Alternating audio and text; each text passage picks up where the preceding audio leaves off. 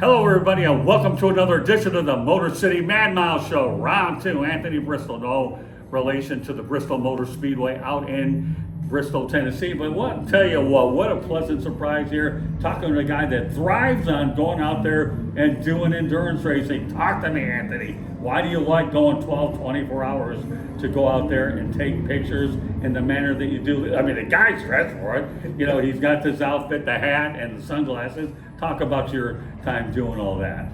Well, I first started, 12 years ago. I built myself all the way from, local dirt track all the way to where we are now. And then, as you said, here we are, 12 hours of Sebring. And endurance racing, it's great. For me, as a media guy and a photographer, I get to, if it's a 6-hour race, this one's obviously a 12-hour race. The Daytona 24-hour race is a 24-hour race.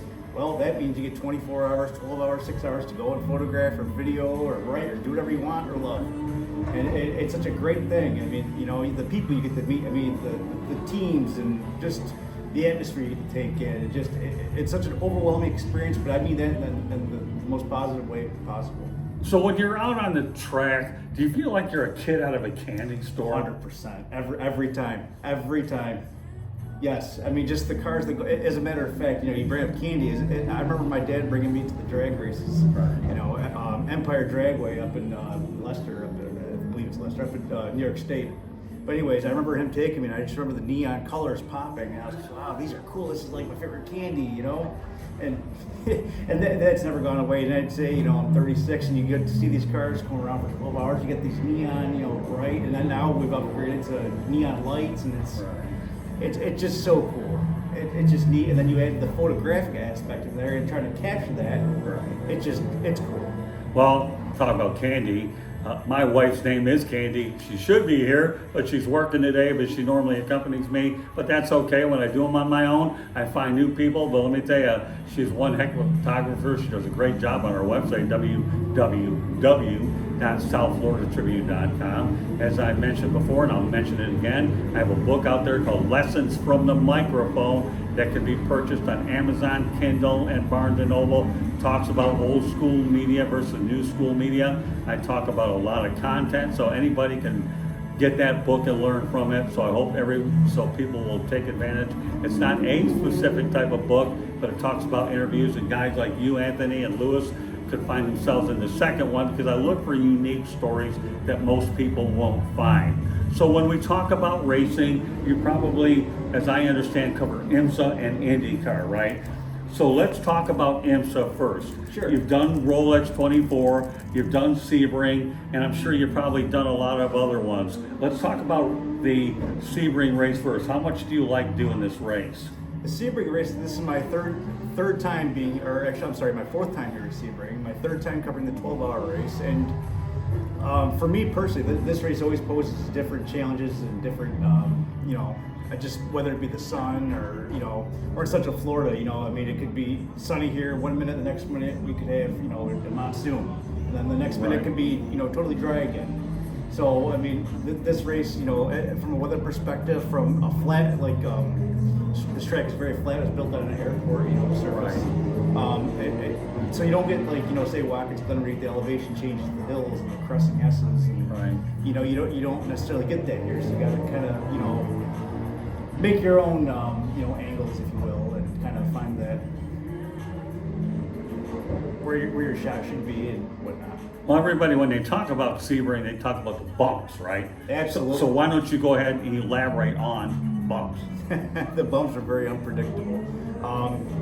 From my understanding, I haven't been around as long as, or as much as a lot of these other people have been, but my understanding is the bumps are so iconic here at Sebring that every time that they even mention about repaving the track, they said, don't you dare even, or else we will not race here again.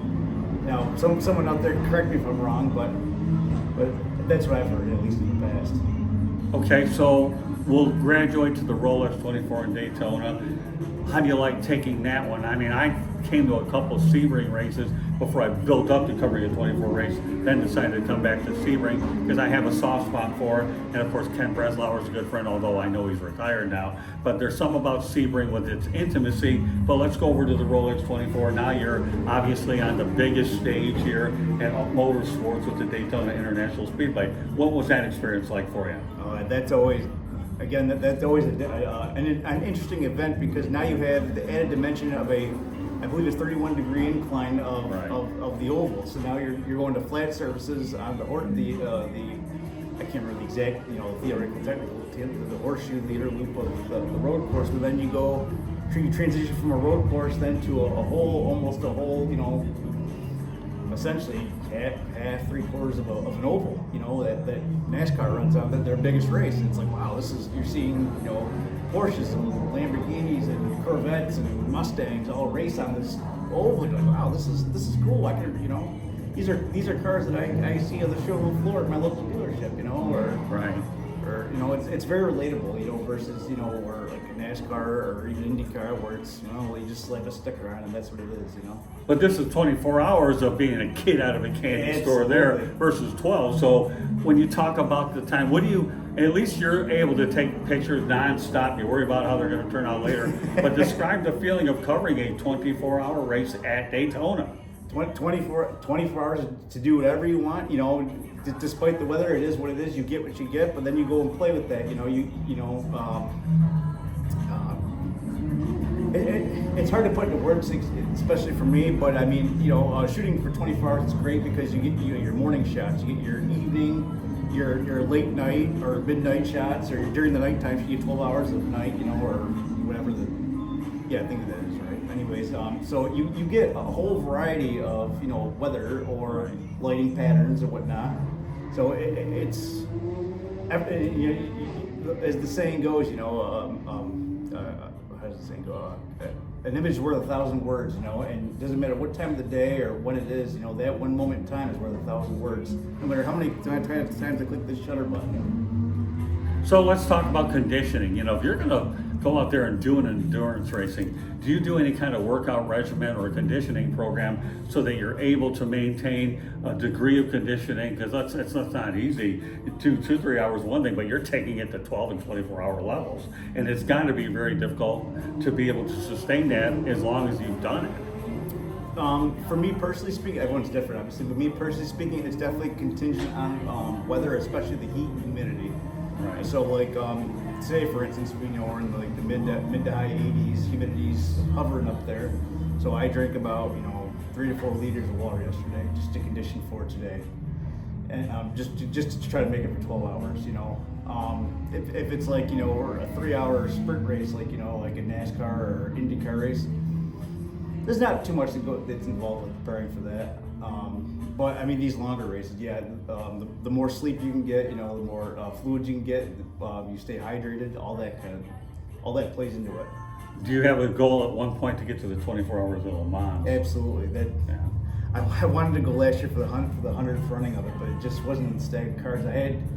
Theoretically, I had the choice of between that and the Indy 500. I chose the Indy 500 just because it was more close to home and just different aspects. There was other factors, but that was one of the big factors.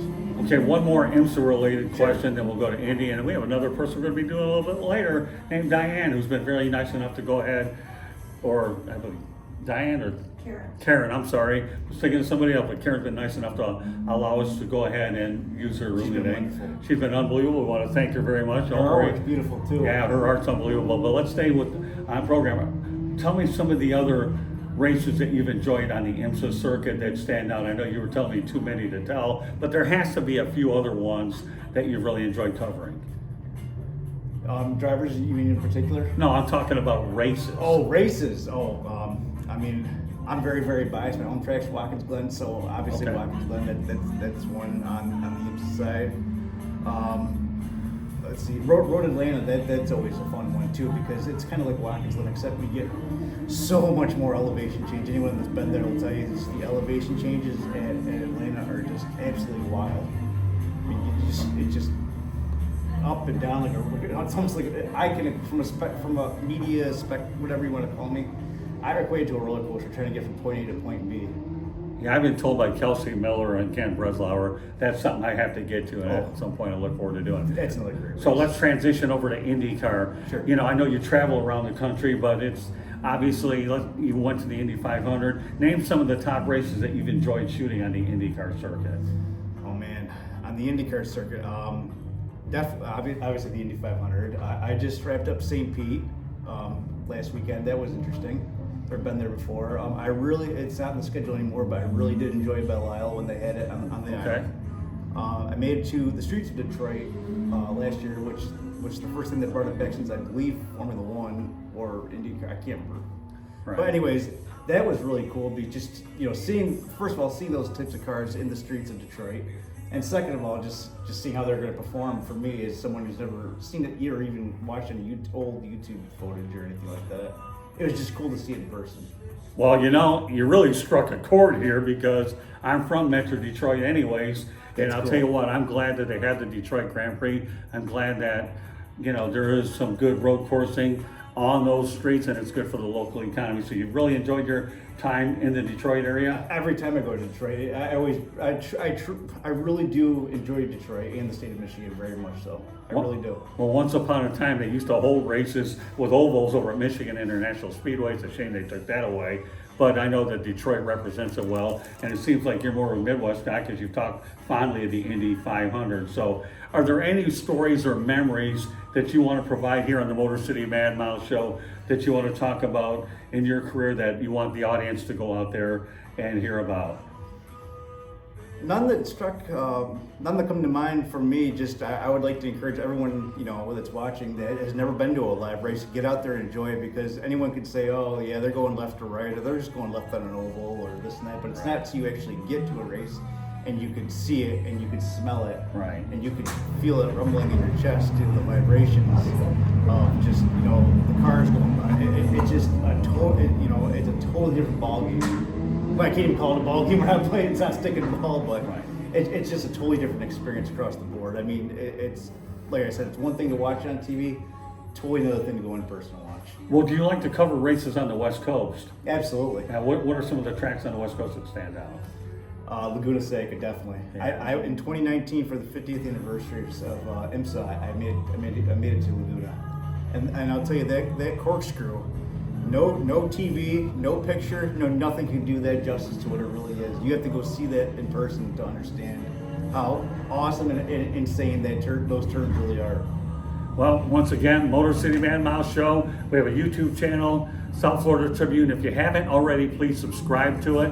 Also, again, my book, Lessons from the Microphone, Tuning into the Enduring Wisdom of Visionary Leaders, available on Amazon, Kindle. You can buy it at Barnes & Noble. And our website is www.southfloridatribune.com. We have it all there. So I want to thank you very much for joining us today on the Motor City Mad Mouse Show. Lewis, it's been a great time with you as well. He's taking care of us today. Up next, Karen will be joining us. We'll be talking about her beautiful art gallery. So on behalf of Arthur, right?